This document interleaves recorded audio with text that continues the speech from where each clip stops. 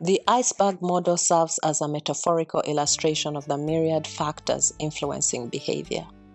What is observable represents merely the tip of the iceberg, while the fundamental influences remain concealed beneath the surface.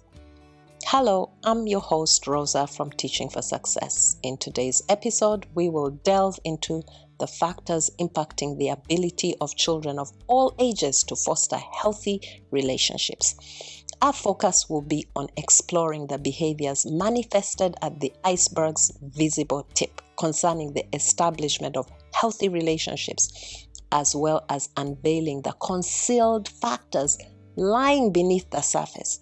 Additionally, I'll share strategies to support the exhibited behaviors at the iceberg's tip.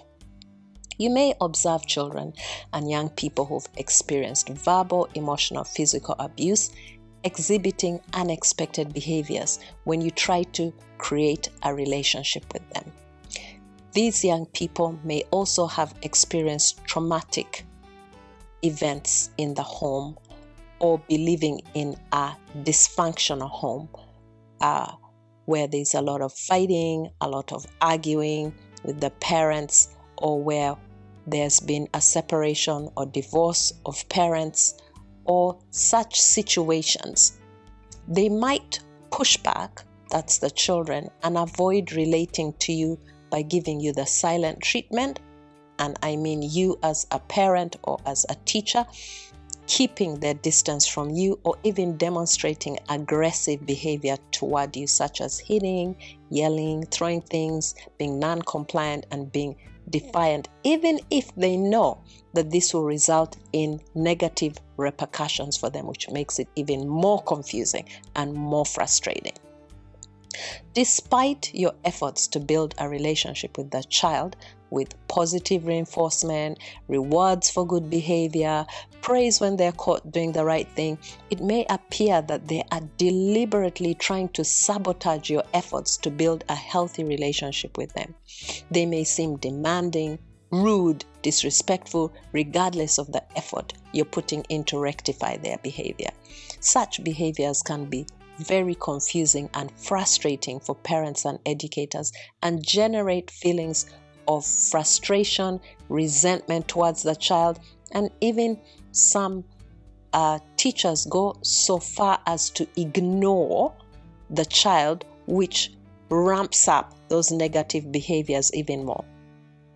And take your teaching time. They also take your teaching time from other students or from your other children in the home as you try to deal with their behavior and potentially affecting other relationships in your life. It can even affect a relationship between a husband and a wife if they have issues with their child's behavior. So, for children struggling to make healthy connections with others, what could be the underlying factor of the behaviors that they're exhibiting? From birth, humans are inherently inclined to form connections and have relationships with others.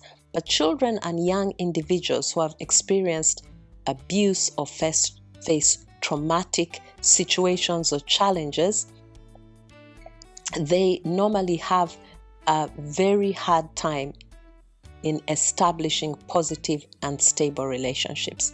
The abuse, neglect, and trauma they endure, coupled with frequent placement disruptions, often prevent them from experiencing healthy relationships. These individuals harbor negative feelings and perceive themselves as unlovable. Okay? Parents and teachers are perceived by them as unavailable and insensitive, and they perceive the world as unsafe.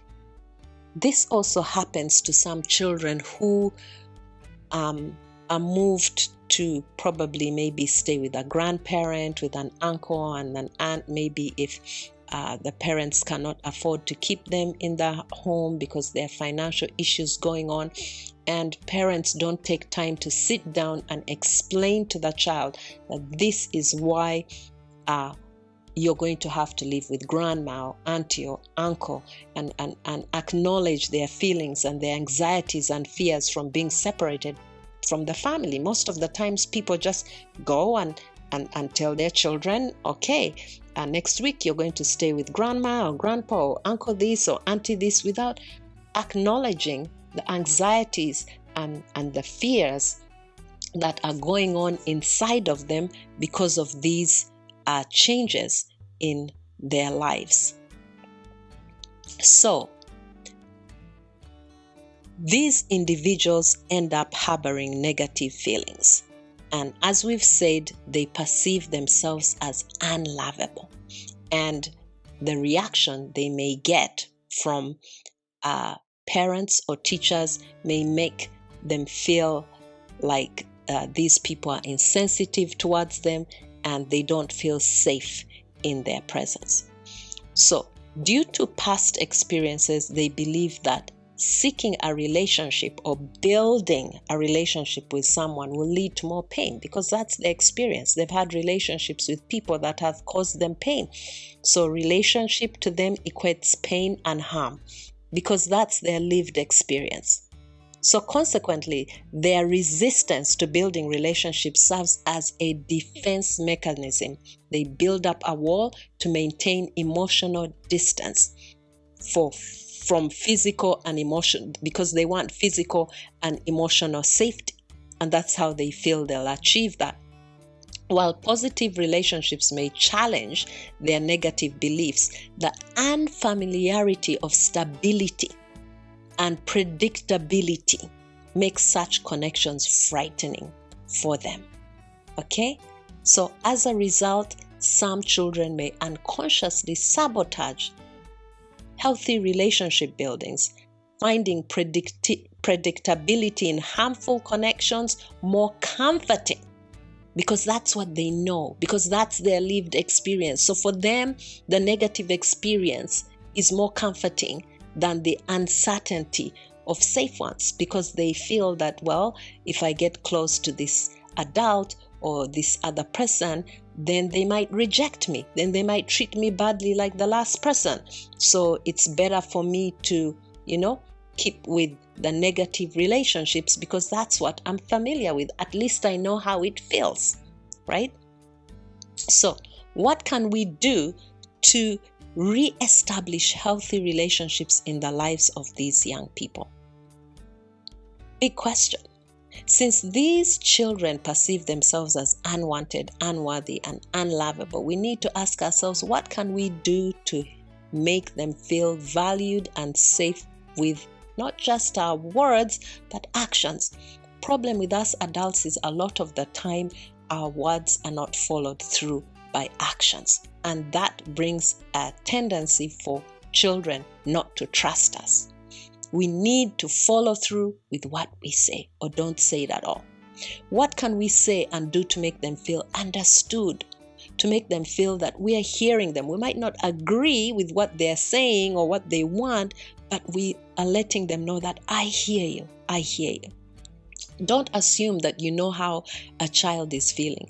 Take time to listen and understand without judgment, without saying, well, in my day, this is how it was, or in my day, this is how I acted. No, it's not your day, it's not your time, and they're not you.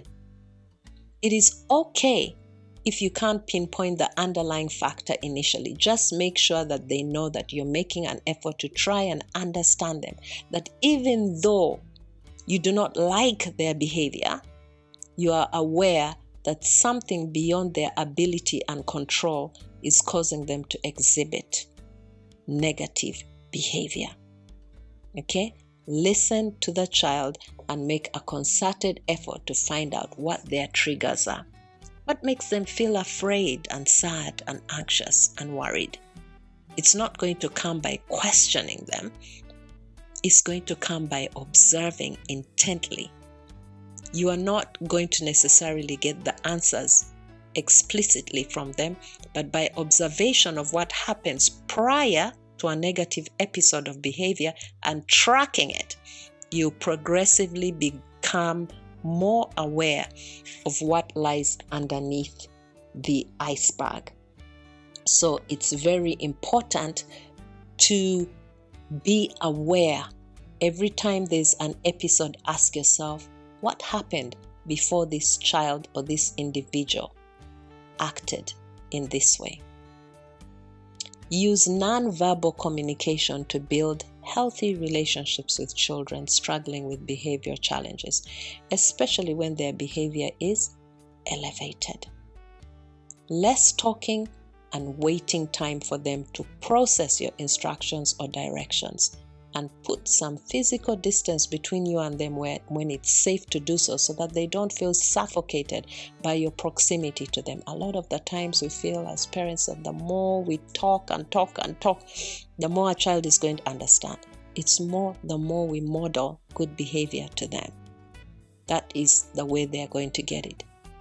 Use non-verbal communication most of the time, not all the time, but most of the time, that makes the child feel valued and loved, such as a smile, eye contact, the tone of your voice when you're having a positive interaction with them, right? A lot of the times we give kids the look, that evil eye, that look when they're not behaving properly. How about learning to give them a look when they're doing something good? Let them become familiar with that eye contact that is positive, not only the eye contact that is negative. If their behavior is elevated, give direct instructions once with sufficient time to process in between, while making them aware of the rewards and consequences of their behavior. If you do this, this is what is going to happen. If you get your work done, then you'll be able to go out for your break time or your recess time and play. But if you don't, then you fall behind and you have to stay in class to catch up. So you're going to miss your recess. Always let rewards and consequences be known, preferably before the behavior comes up. Constant teaching, we call that a contingency plan.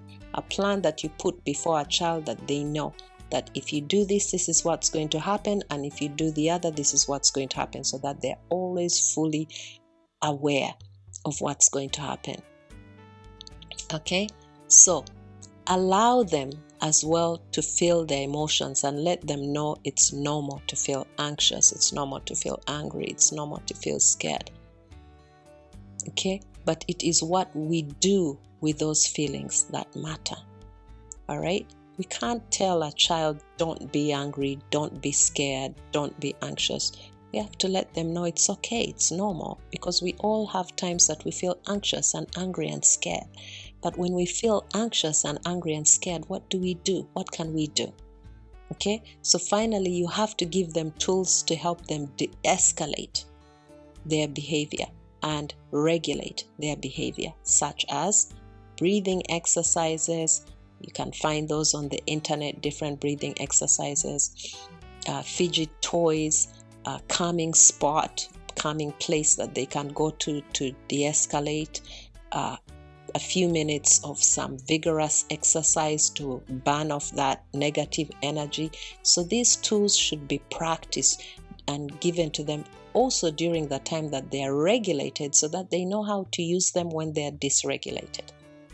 So I hope you gained some insight on how we can work towards building healthy relationships with children who have challenging behavior, and how you can begin to look for the underlying factors driving that negative behavior, and some of the strategies you can use to establish healthy relationships between when you're dealing with children who are struggling to build healthy relationships between yourself and them, or also helping them to build healthy relationships between themselves and their peers or their siblings or other adults. So tune in next time for a new tip of the iceberg in our next episode, and how to figure out the unseen underlying factor driving their behavior, as well as strategies that we can use to counteract that behavior.